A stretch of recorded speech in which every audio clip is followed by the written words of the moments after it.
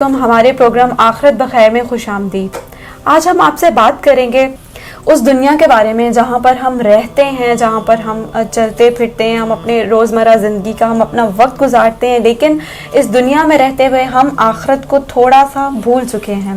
ہم اس دنیا میں رہتے ہوئے آخرت کی کتنی تیاری کرتے ہیں یا ہم آخرت کی تیاری کرتے ہی نہیں ہیں، جبکہ امام علی علیہ السلام کا فرمان ہے کہ اپنی دنیا میں رہتے ہوئے آخرت کو خرید لو۔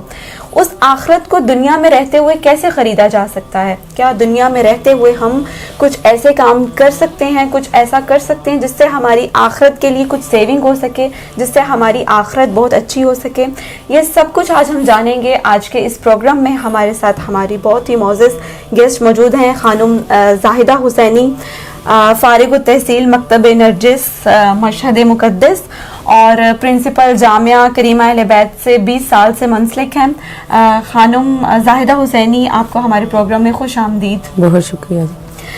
خانم، جیسا کہ ہمارے پروگرام سے اس ٹاپک کا اندازہ ہو رہا ہے، آپ سے میں سب سے پہلے کوسچن کرنا چاہوں گی کہ ہم جو اس دنیا میں آج کل ہم بالکل آخرت کو بھول چکے ہیں اور ہم لوگ بالکل یہ نہیں سوچتے، شاید ہم اپنی موت کو یاد رکھے ہوئے نہیں ہیں، تو ہمیں فرسٹ آف آل ایسا کیا کرنا ہے کہ ہم اپنی آخرت کو دنیا کے ساتھ لے کر چل سکیں؟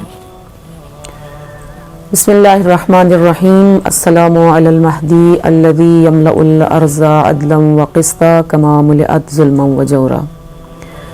قرآن کریم کی سورہ آل عمران کی آیت نمبر 102 میں پروردگار عالم ارشاد فرما رہا ہے، یا ایھا الذین آمنوا اتقوا اللہ حق تقاتہ ولا تموتن الا وانتم مسلمون۔ اے ایمان والو، تقوی اختیار کرو حق تقاتہ، جس طرح سے تقوی اختیار کرنے کا حق ہے۔ علامہ طباطبائی تفسیر المیزان میں فرماتے ہیں کہ جہاں کہیں بھی حق کا لفظ آیا ہے تو وہ کمال اور اوج کے معنی میں ہے، یعنی انتہا یہ تقوی آپ اختیار کریں۔ وَلَا تَمُوتُنَّ إِلَّا وَأَنْتُمْ مُسْلِمُونَ، اور اس دنیا سے نہ جائیں مگر یہ کہ اسلام کی حالت میں، ایمان کی حالت میں انجام بخیر ہو کر اس دنیا سے جائیں۔ اگر آپ انبیاء کی زندگیوں کا مطالعہ کر کے دیکھیں، کیونکہ ان کی زندگی یا دعا میں گزرتی تھی یا دعوت حق میں گزرتی تھی، تو انبیاء کی دعاؤں میں سے ایک اہم ترین دعا یہی تھی، جیسا کہ سورہ یوسف میں پروردگار عالم حضرت یوسف علیہ السلام کی دعا ارشاد فرما رہا ہے کہ وَتَوَفَّنِي مُسْلِمًا، پروردگارا مجھے اس دنیا سے مسلمان جانا نصیب فرما، با ایمان جانا نصیب فرما۔ یا توفنا مع الابرار، اے پروردگار ہمیں ابرار اور نیک لوگوں کے ساتھ اس دنیا سے جانا نصیب فرما۔ تو زندگی میں آغاز اچھا کرنا اتنا اہم نہیں ہے جتنا انجام اچھا ہونا اہم ہے۔ حضرت حر کی مثال ہمارے سامنے ہے، شہید کربلا، وہ جناب حر ابن ریاحی کہ جنہوں نے کاروان حسینی کا سب سے پہلے راستہ روکا تھا، وہ جناب حر کہ جنہوں نے کاروان حسینی پر پانی بند کیا تھا۔ شب عاشور ان کا بیٹا دیکھتا ہے کہ حر جو ہیں وہ اپنے خیمے کے آگے کسی سوچ میں ٹہل رہے ہیں، تو پوچھا کہ بابا جان آپ اتنے پریشان کیوں ہیں، کس سوچ میں ہیں؟ تو کہا کہ خیام حسینی کی جانب کان لگا کر سنو کیسی آوازیں آ رہی ہیں۔ تو بیٹے نے کہا معلوم ہے پیاس کی وجہ سے چھوٹے بچے بلک رہے ہیں، العطش العطش کی صدائیں آ رہی ہیں۔ تو جناب حر نے فرمایا یا بنیا ان الناس من الدنیا راحلۃ وکرامات الدنیا زائلۃ نلحق بالحسین لأننا نفوز بالشہادہ۔ اے میرے بیٹے، یہ ساری جو دنیا میں آپ مخلوقات دیکھ رہے ہیں سب چلی جائیں، کل نفس ذائقۃ الموت، اور جتنی خوبصورتیاں آپ دیکھ رہے ہیں سب زائل ہو جائیں گی، آخر کار اس دنیا سے جانا ہے، کیا کریں؟ نلحق بالحسین، جا کر ہم حسین سے ملحق ہو جائیں، لعلنا نفوز بالشہادہ، شاید پروردگار عالم ہمیں شہادت جیسی عظیم موت پر فائز کر دے۔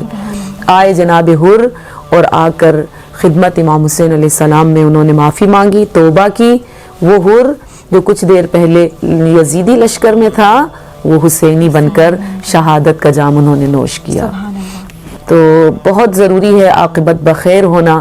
بہت سی مثالیں ایسی تاریخ اسلام میں موجود ہیں۔ احمد ابن ہلال جو کہ امام حسن عسکری علیہ السلام کے جو ہمارے 11ویں امام ہیں علیہ السلام، ان کے صحابی تھے۔ 50 سے زیادہ انہوں نے حج کیے۔ ان 50 حجوں میں سے بھی تقریباً 25 حج انہوں نے پیدل کیے۔ احمد ابن ہلال ان کا نام، اور اتنا بڑا اعزاز کہ 11ویں امام کے وہ صحابی تھے۔ 50 حج کیے انہوں نے، لیکن جب 11ویں امام اس دنیا سے رخصت ہوئے تو انہوں نے 12ویں امام کی امامت کو ماننے سے انکار کر دیا۔ تو زندگی بڑی اچھی گزری، امام کے صحابی کی حیثیت سے گزری، لیکن عاقبت بخیر نہیں ہو سکے۔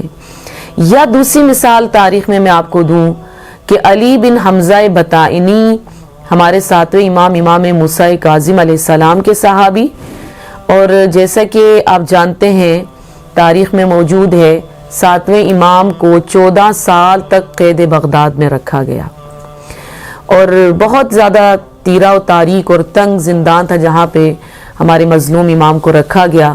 جب 14 سال قید میں رہنے کے بعد 7ویں امام کی شہادت ہوئی اور خبر مدینہ پہنچی، یہ علی بن حمزہ بطائنی جو 7ویں امام کا وکیل تھا، 7ویں امام کا صحابی تھا، اور امام ہی کی اجازت سے مختلف مناطق اور مختلف علاقوں سے خمس و زکوٰۃ کی جو وجوہات اور مالیات تھیں وہ ان کے پاس آیا کرتی تھی، تو ان کے پاس بہت زیادہ مال اکٹھا تھا۔ اب جب انہوں نے دیکھا کہ 7ویں امام کی شہادت ہو گئی اور خمس و زکوٰۃ کا مال اتنا زیادہ میرے پاس پڑا ہوا ہے، تو ایک مرتبہ انہوں نے کہا جی 7ویں امام کے بعد کوئی امام نہیں ہے، امامت 7ویں امام پہ آ کر ختم ہو گئی ہے۔ وہاں پہ واقفیہ ایک فرقہ بنا جو 7 اماموں کے قائل تھے۔ بہت سے لوگ 4 اماموں کے قائل ہیں جن کو زیدیہ کہا جاتا ہے، کچھ لوگ جو ہیں وہ 6 اماموں کے قائل ہیں، ان کو اسماعیلیہ کہا جاتا ہے، کچھ لوگ 7 اماموں کے قائل ہیں، ان کو واقفیہ مذہب کہا جاتا ہے۔ لیکن جو 8ویں امام، امام علی بن موسیٰ الرضا کی امامت کا قائل ہے، تو وہ پھر 12ویں امام کی امامت کا بھی قائل ہے۔ یعنی کوئی فرقہ دنیا میں ایسا نہیں ہے جو صرف 8 اماموں کو مانتا ہو یا 9 اماموں کو مانتا ہو، لیکن 7 اماموں کے ماننے والے ہیں، 6 اماموں کے ماننے والے ہیں، 4 اماموں کے ماننے والے ہیں۔ بس جب انہوں نے دیکھا کہ 7ویں امام کی شہادت ہوئی اور بہت سا مال میرے پاس موجود ہے، اس مال دنیا کی خاطر انہوں نے کیا کیا، انہوں نے 7ویں امام کے بعد 8ویں امام کی امامت کو ماننے سے انکار کر دیا۔ زندگی بہت اچھی گزری، با ایمان گزری، لیکن عاقبت بخیر نہیں ہو سکے۔